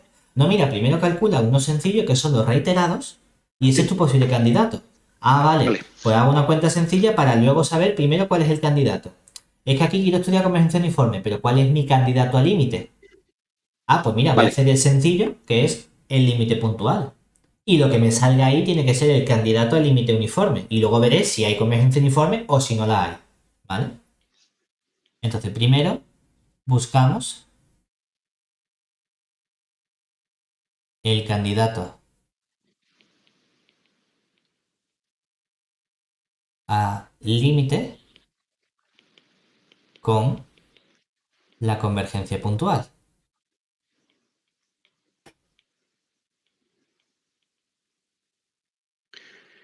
¿Qué hicimos? Hombre, pues está más o menos claro el mismo proceso, ¿no? Es decir, como estoy en 0 más infinito, si la x sub 0 es el punto 0, entonces nos quedaría el límite cuando la n tiende a infinito de la f sub n de 0, resulta que es el límite cuando la n tiende a infinito de la constante 0. Y entonces nos queda 0. Por otro lado, si la x sub 0 pertenece a 0 abierto más infinito, aunque sea más infinito, esto es un punto fijo. Entonces el límite, cuando la n tiende a infinito, de la f sub n de x sub 0, nos quedaría el límite cuando la n tiende a infinito de quién? Del x sub 0 partido el x sub 0 más n, que el mismo proceso nos queda el límite cuando la n tiende a infinito de 1 partido por n, aquí multiplica al x0 entre x0 partido por n más 1, entonces todo esto de aquí está acotado, realmente es que tiende a x sub 0 y como 1 partido por n tiende a 0, nos queda que el límite también es 0. Es decir, yo puedo afirmar de momento que la f sub n converge a f puntualmente en todo el intervalo infinito 0 más infinito con mi función f de x en la función equivalentemente 0 para todo x perteneciente al intervalo 0 más infinito. ¿Vale? Muy bien. Ahora tendríamos que estudiar la convergencia uniforme, ¿verdad? Decimos, hombre, convergencia uniforme tanto en los intervalos 0a como en los intervalos 0 más infinito o, en caso particular, en el intervalo 0,1. Entonces, si nos fijamos, por ejemplo, entre la A y la C, si yo estudio en 0A y me sale que sí o me sale que no, ya me da información sobre el tercer apartado. Si me sale que converge uniformemente para todo A mayor que 0, pues obviamente la C no puede ser cierta. Decimos, bueno, pues vamos a comenzar a estudiar la convergencia uniforme en estos intervalos, en los 0A abiertos, ¿de acuerdo? Entonces, como aquí parece que a lo mejor no tenemos ningún tipo de herramienta o lo que sea, ¿verdad? No puedo decir, bueno, ¿qué tipo de razonamiento podemos seguir? Hay mucho, porque, de nuevo, mi función es relativamente sencilla, ¿verdad? La función límite es el 0, ¿eso qué significaría? Yo podría estudiar aquí también el criterio del supremo si quiero, ¿verdad? Tanto en el 0A como en el 0 más infinito, ¿no? ¿Y entonces qué podría ocurrir? Que decimos, bueno, si estudiamos el criterio del supremo, ¿qué pasaría? Es decir, si usamos el criterio del supremo, tendríamos que estudiar cuál sería el comportamiento de quién, del límite cuando la n tiende a infinito del supremo, y vamos a poner aquí x perteneciente a un conjunto A, ¿vale? Porque ese conjunto puede ser el 0A o el 0 infinito. Porque a priori lo único que nos interesa es el supremo donde de la función f sub n de x menos la f de x, ¿verdad? Pero resulta que la función que nos queda dentro es relativamente sencilla porque ¿quién es? Aquí nos quedaría el supremo para x perteneciente a ese conjunto A, ¿verdad? Que ya veremos cuál cogemos, pero claro, como la función f de x y la función 0, y como independientemente de que esté en 0a o en 0 infinito, la x es siempre positiva, ¿verdad? Pues entonces el valor absoluto de x es la propia x, ¿no? Y x más n también es algo positivo. Entonces el valor absoluto desaparece, ¿verdad? ¿Vale? Porque estoy o bien en el 0a o en el 0 más infinito, ¿no? Entonces tengo que estudiar el supremo de esta función. Y dice, bueno, esto al final de cuentas es una función que nosotros llamamos g de x, ¿verdad? ¿Y qué pasa con esta función? Que queremos estudiar su derivabilidad, ¿verdad? Decimos, es que esta función g de x, en verdad, ¿quién es g' de x? Hombre, pues depende, ¿no? Porque en el 0 tendría que usar la definición, ¿verdad? Pero claro, la definición, ¿qué sería? G en 0 vale 0, ¿verdad? Entonces, g de x entre x. Esta x de arriba se me va con la x dividiendo, ¿verdad? Y cuando la x tiende a 0, esto vale 1 partido por n. Lo hemos podido calcular y vale 1 partido por n. Perfecto. Y si la x está entre 0... venga, entre 0 y más infinito, entonces, ¿qué le pasa? Que hago el criterio del cociente, ¿verdad? Y así que nos quedaría, 1 por el x más n menos la x por 1 y todo eso entre c al cuadrado, ¿verdad? Veo que la x con la x se me va y ¿qué nos queda? N entre x más n, todo ello al cuadrado, ¿verdad? Entonces decimos, bueno, ¿cuál es el supremo o cuándo se alcanza esta función un máximo? Que vemos que Pues, esta función, ¿qué le pasa? mm, Que G' como es siempre 1 partido por n es va positivo, a ser siempre ¿verdad? positivo, Y positivo. esto de Bueno, y abajo aquí también, sí. también es siempre positivo, También ¿verdad? es positivo, positivo. Entonces Vale. resulta que G' no se anula nunca, ¿no? No se anula, correcto. Por lo tanto, G' no tiene ningún máximo. No tiene máximo porque estoy trabajando en qué tipo de intervalo. En un intervalo que puede ser infinito, ¿verdad? Ujú. Entonces, vale, esta función no tiene máximo, pero ¿tiene supremo? ¿El supremo qué sería? Sería estudiar el límite cuando la x tiende al infinito, ¿verdad? Ese es el valor más grande que va a tomar tu función. Porque tu función g' es siempre positiva, entonces tu función g es siempre creciente. Entonces el valor más grande que alcanza la función, ¿quién es? Este supremo que tenemos aquí. Esto no habría que... Dime. Vale, no va a dar... No, estaba pensando... Digo, tendríamos que comprobarlo... Bueno, pero ya lo has hecho tú en el 0. Claro, en el 0 es 1 parte por n. Vale, vale, es 1 partido por Entonces n. siempre es Sí, positivo, esto siempre nunca... es Vale, o sea, creciente. nunca hay un max... Sí, vale, de acuerdo, sí. Exactamente. Nunca hay un máximo en el 0 más infinito. Entonces, si A es el conjunto 0 más infinito, el supremo para x perteneciente a la de la función g de x es equivalente a decir, bueno, calculo el límite cuando la x tiende a más infinito ¿de quién? De la función g de x, ¿verdad? Sí. ¿Y cuánto vale este límite? Hombre, tengo x entre x más n, ¿verdad? Límite como función de x fácil, ¿no? ¿Vale? 1, En ¿verdad? función de que esto es 1, sí. Pero eso es distinto de 0, Distinto ¿verdad? de 0, Eso ya me está diciendo entonces el qué. que no es uniformemente convergente, ¿no? ¿Pero dónde? ¿En qué conjunto? En el 0 más infinito. Es decir, que la Claro. f sub n no converge a la f en 0 más infinito. ¿Vale? Es decir, yo ya sé entonces que aquí la convergencia no es uniforme. ¿De acuerdo? Vale. Pero ¿y si lo cortas en un punto A? Vale. Claro, porque ahora si este mismo razonamiento lo hacemos, pero para el punto A, ¿verdad? ¿Qué ocurre? ¿Qué pasa si A es el conjunto 0A abierto? Que si te fijas, lo que estamos diciendo es el qué. Que entonces la función es creciente, ¿verdad? Pero el supremo, ¿dónde se alcanza? Como la función es creciente, ¿verdad? El supremo se alcanza en el extremo derecho del intervalo, que antes era el infinito, entonces el infinito no puedo sustituir infinito, tengo que hacer este límite, ¿verdad? Pero aquí sí puedo sustituir y el supremo sería, ¿quién? Lo que vale la función en el punto Pues g de A, punto A, ¿verdad? claro. ¿Y esto qué nos daría entonces? Nos daría que esto sería el límite cuando la n tiende a infinito, ¿de quién? De A entre A más n. Ojo, pero ahora tengo que calcular un límite y la es una constante, ¿verdad? Por lo tanto, ¿cuánto vale este límite? 0, ¿verdad? Sí. Y como vale 0, entonces ¿qué puedo afirmar yo?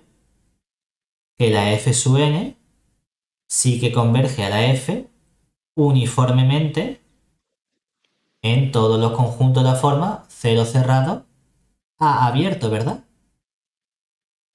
O sea que entonces concluyo que esta es cierta. Hombre, si convergen todos los 0A, también convergen en 0,1, ¿verdad? Por lo tanto, esta que tengo aquí es falsa. ¿Se entiende el proceso?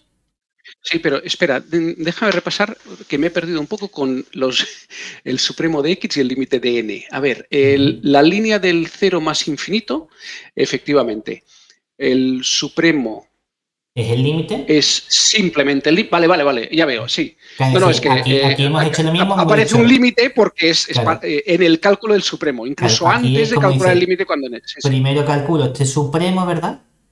Este supremo me daría en este caso esta parte de aquí. Vale, entonces, como tengo... y la es una constante.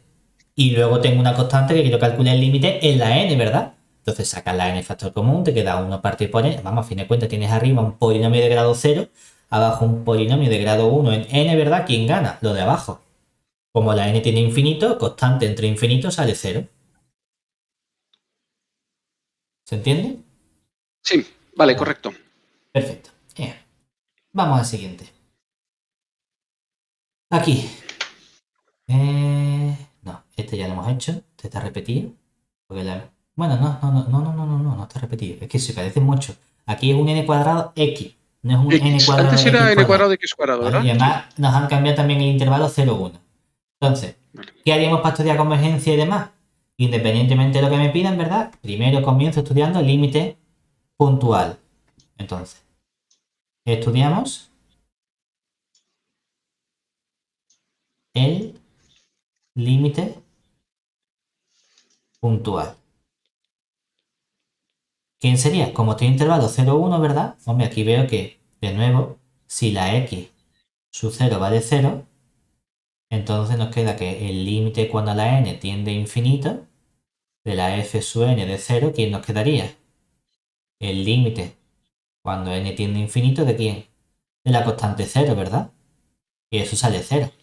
Y por otro lado, si x sub 0 es un número que está en 0 abierto, 1 cerrado, entonces el límite, cuando la n tiende a infinito, de la f sub n de x sub 0, nos quedaría el límite, cuando la n tiende a infinito, de el x sub 0 entre 1 más n cuadrado x sub 0. Ahora esto depende de n, ¿verdad? O sea que esto es simplemente el límite cuando la n tiende a infinito de 1 partido n al cuadrado que multiplica aquí al x sub 0 y aquí tendría 1 partido n cuadrado más x sub 0. Esto tiende a 1, ¿verdad? El 1 partido n cuadrado tiende a 0, o sea que nos queda 0 por 1 que sería 0. Vale, pues entonces, ¿qué puedo afirmar? Que la f sub n converge la función f puntualmente en el intervalo 0 cerrado, 1 cerrado, y mi función f límite puntual, ¿quién es? La función equivalentemente 0 para todo x que yo coja el intervalo 0, 1. Hombre, lo primero que vemos es que la constante es una función continua, por lo tanto, obviamente la b no puede ser cierta, porque el límite puntual f sí que es una función continua, ¿verdad? Vale. Entonces, aquí estamos hablando o bien de la convergencia de las derivadas o bien de la convergencia uniforme de la función. Vale, pues vamos a ver cuál de estas es cierta. Podría estudiar convergencia uniforme, ¿verdad? Porque como tengo función sencilla, ¿qué nos entran ganas de hacer siempre? Criterio del supremo, ¿verdad? Vale. Y decimos, bueno, pues de nuevo usamos el criterio del supremo para la convergencia uniforme.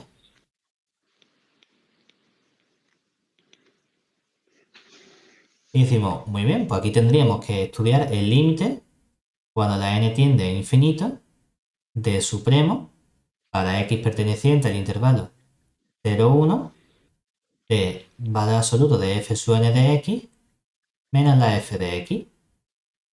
La f de x vale 0, entonces nos queda el límite cuando la n tiende a infinito, ¿de quién? Del supremo para x perteneciente al intervalo 0, 1. Y como estoy en 0, 1, la x siempre es positiva, entonces valor absoluto de x, ¿quién nos queda? La x simplemente entre 1 más n cuadrado por x, es todo también positivo, por lo tanto, elimino los valores absolutos. Ahora, esta función de aquí, si quiero, la llamo g de x, ¿verdad?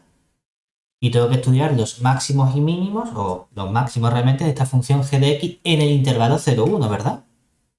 Bueno, pues lo hacemos como hemos hecho siempre con una función normal y corriente. Calculamos su derivada. ¿Quién sería g' de x? G' de x la derivo, ¿verdad? A ver, nos queda 1 por el 1 más n cuadrado x menos la x que multiplica a n al cuadrado y todo eso dividido entre 1 más n cuadrado x elevado al cuadrado, ¿verdad? ¿Y qué nos queda entonces? Nos queda derivando el qué. Aquí nos quedaría entonces, se me va el n cuadrado x con este x cuadrado y nos queda 1 partido 1 más n cuadrado x cuadrado, todo eso al cuadrado. Ojo, esto es para todo x que yo coja de dónde? Del intervalo 0 abierto y 1 abierto, porque en los extremos no puedo calcular la derivada, ¿verdad? Pero entonces veo que la g' es siempre como, siempre positiva, ¿verdad? Entonces la función siempre es creciente y como estoy en intervalo 0, 1, ¿dónde alcanza el máximo? Precisamente, esto lo pondría en otra hoja aparte, ¿no? Pero aquí podemos venir y decir, pues entonces por lo que he visto, el máximo se alcanza precisamente ¿dónde? En el extremo derecho del intervalo, ¿verdad? O sea que esto no es otra cosa que calcular el límite cuando la n tiende a infinito de lo que vale la función g en el punto 1, que es el extremo derecho del intervalo. ¿Y cuánto vale la g en el punto 1? Pues vale 1 entre 1 más n al cuadrado, ¿no? Y cuando la n tiende a infinito, ¿a qué tiende 1 entre 1 más n cuadrado? A 1. A 0. Perdona, sí, estaba haciendo la alza. Entonces, ¿con esto qué podemos concluir? Como el criterio supremo me dice que es un sí solo sí, este límite vale 0, pues puedo afirmar que la f sub n converge a la f uniformemente en el intervalo 0, 1 cerrado. Es decir, que yo sé seguro entonces que esta afirmación que tengo aquí es cierta. Hombre, que también podría estudiar esta tercera afirmación, ¿verdad? Porque a lo mejor es cierta o a lo mejor no es cierta. De hecho, ¿nosotros qué vemos para esta afirmación? Para esta última. Hemos visto, vamos a poner aquí una nota.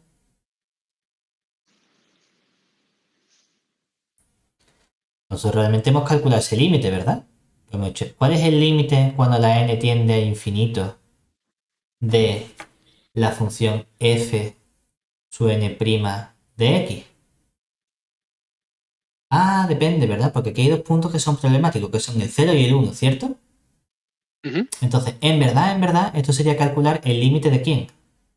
El límite cuando la n tiende a infinito de... Hombre, si estoy entre 0 y 1, esta función la calculado y vale 1 partido 1 más n cuadrado x cuadrado y todo eso al cuadrado, ¿verdad? Pero ¿qué pasa en el punto x igual a 0 y en el punto x igual a 1? Hombre, que formalmente aquí tenía que calcular la derivada con la definición, pero solo tenía que hacer el límite por un lado. Es decir, sería como decir límite, pero por la derecha solo. Es decir, si queremos aquí podemos poner 1 y podemos poner 2. ¿Y quién sería 1?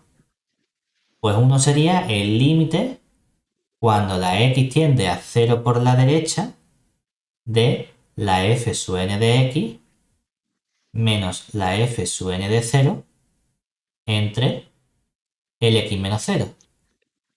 ¿Qué nos quedaría aquí? La x con la x se me va, ¿verdad? ¿Y qué nos queda entonces el límite? 1 simplemente, ¿cierto? Hombre, esto ya te sirve a ti para decir que, obviamente, este límite no puede ser, esta igualdad no puede ser cierta, ¿verdad? Porque la función f de x, ¿quién era? La función constantemente 0, ¿cierto? Claro. Pero es verdad que aquí he calculado el límite en el punto 0 con ese arreglo de decir, bueno, calcular la derivada en el punto es como solo hacer la parte de por la derecha del límite, porque por la izquierda no hay función, ¿vale? Pero entonces sale 1. Entonces, este límite es una función a trozos, mientras que esto es siempre 0. Entonces yo sé que, por ejemplo, en todos los puntos entre 0 y 1 van a ser iguales, porque cuando la n tiene infinito, esto tiende a 0.